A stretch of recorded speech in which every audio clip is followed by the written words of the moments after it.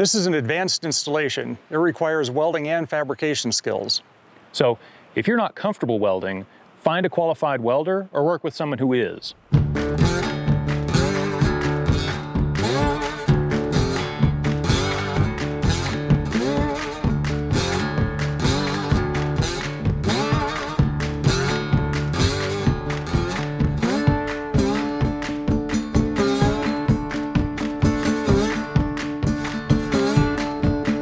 Hey y'all, I'm David with Willomet Motor and Fabrication. And I'm Steven with Offroad Design. This is episode 2 in a series about how to put together the front coilover and link system for your square body Chevy from Offroad Design.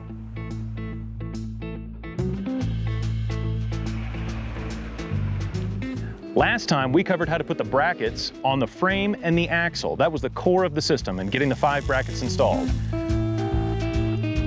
This time, we're going to slide the axle under the truck and actually start building the links that are going to locate the axle so that we can start cycling it and actually make this thing move. Okay, so your axle is fully assembled at this point. You've welded the brackets on and you've put all the stuff back in and put your bearing hubs on.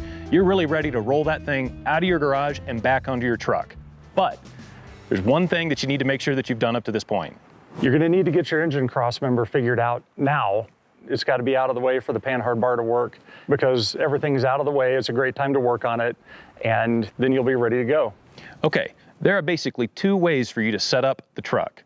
Maximum performance for suspension travel, which would place full bump very, very high, and then also a target ride height where you're thinking about that you want a 4 or a 6-inch lift to fit a certain tire size and have a particular look to the truck. We're going to talk about both of those on where to place the axle, because that really determines all the rest of the packaging and link building that we're going to do next. Yeah, that's right. If you're after maximum suspension performance, that usually involves the vehicle being as low as possible to the ground when it's at full bump. And the way that we're going to start with that is we're going to put the axle under the truck and push it up as high as we can get it. So it's going to be, typically you'll be able to get it up to where the top of the diff is up against the engine crossmember. That is your full bump position, and that's where we're going to start building links.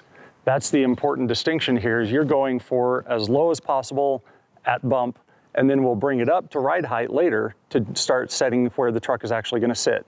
The second method for placing your axle and determining the height of your truck is what we would call the target lift height, or in this case, the stance that you want your truck to sit at ride height. If you've got a particular look in mind and a tire size and a combination, this is the other way to set up your truck. Yeah, this is where you're going to pull out that measurement.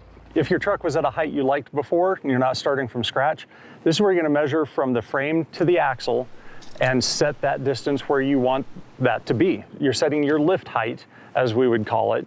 In a more advanced suspension, we'll call that ride height, but that's where if you measured 14 inches for your 6-inch lift, you're going to set that distance now, and that's where you're going to start building your links. So with the axle in place, you're now ready to start building links, which that may sound complicated, but it's actually one of the easier parts of this installation. You can actually, with your bungs on there, you can just measure between them, and that will tell you how long the tube needs to be. It's really that simple. The upper links, if you're running a system with the bent offset link, that's where you need to be paying attention to which end you work off of. That bend really needs to be toward the front of the truck as far as possible. So don't cut the back. You want to cut the piece that's going to move that toward the front of the truck so that that offset stays away from the frame as it comes up into the bracket on the side of the frame. That's really the only tricky part about those that's any different. Otherwise, it's the same system. Measure between the bungs, cut it off. Fast note here, the links, upper and lower, will be different lengths, but only by about a 1/2 inch, maybe 3/4 of an inch, depending on how you have your truck set up. Make sure that the links, uppers match from side to side, and the lowers match from side to side. But from upper and lower, there will be slight variation in the length themselves. Yeah, that's right. Don't measure one or the other and cut 4 tubes all the same, because they won't be the same.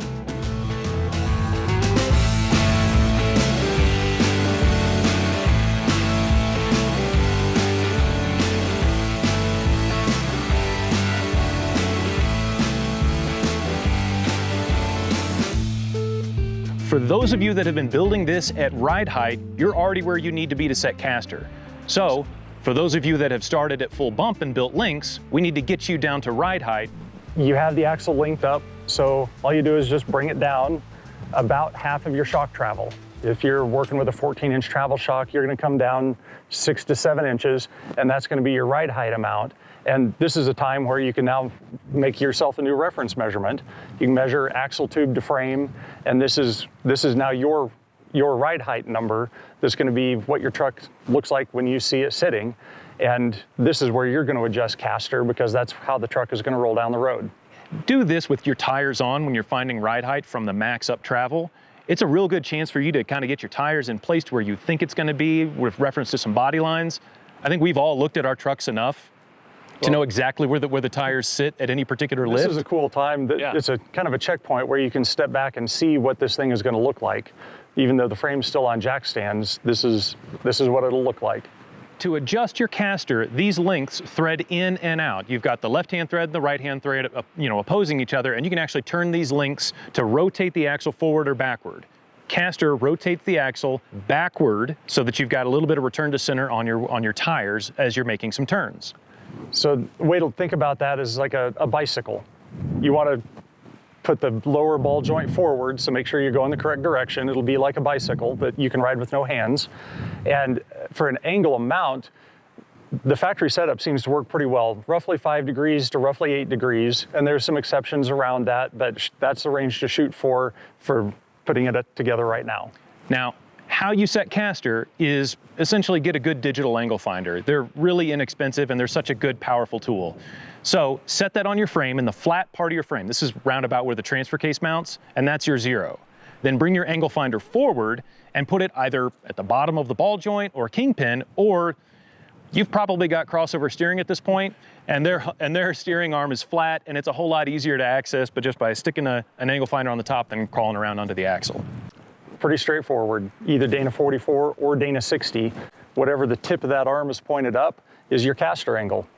Okay, so now that your links are built, you can get the axle really very centered in the truck, and we need to now start thinking about building the Panhard bar. For the maximum performance build, we're going to do this at full bump. Yeah, that's right. You want to have you're still at full bump, and that's where the axle is going to need to be. You're probably in a position where things can't move side to side very much at that point. So this is where you need to build the Panhard bar to make sure that axle goes to that position.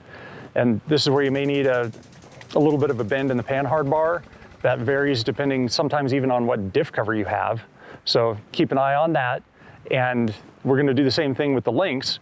Measure hole-to-hole distance and set all the pieces out on the bench, measure between your bungs, cut the tube to that length. Leave yourself a little bit of room for adjustability.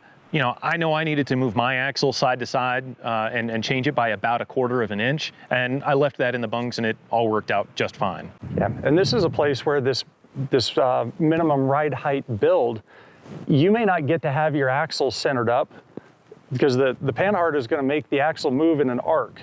It doesn't hold it from moving side to side, it forces it to move side to side. So when you're at full bump, it's going to be different when you come down to ride height. And this maximum performance build, you may have to accept that the axle's not centered when you come to ride height, but that works fine. It can be an inch off. In fact, if you measure your leaf sprung truck, there's a good chance it's not centered at all. And that's perfectly fine to accept in order to keep that minimum ride height.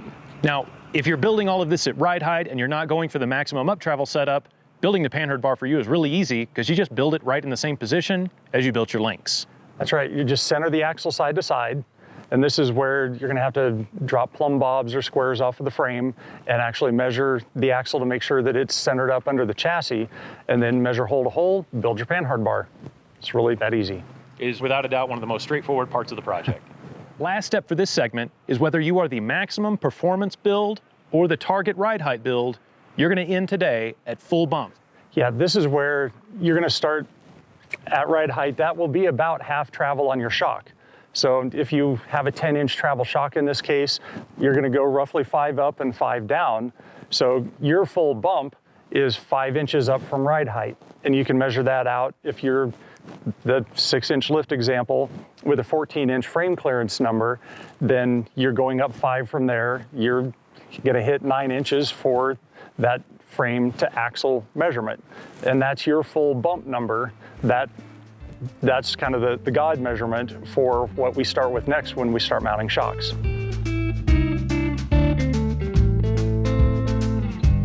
So that concludes episode 2 for how you put together this link suspension. By now, your axle is at full bump, and this is the first look that you're seeing of your truck at its new suspension travel.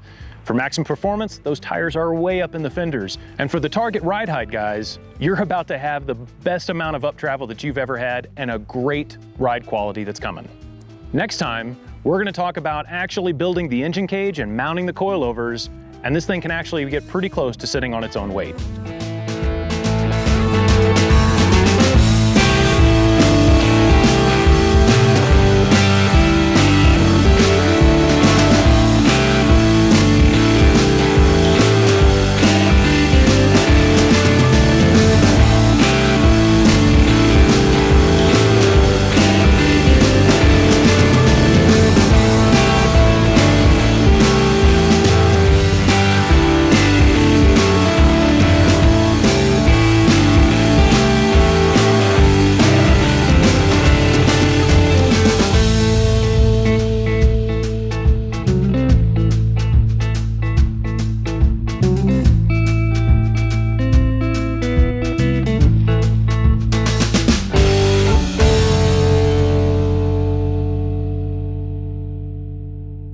Those annoying people over there with their loud music have the right to do that. Unfortunately, yeah. And we have the right to shoot film and drive big gnarly trucks.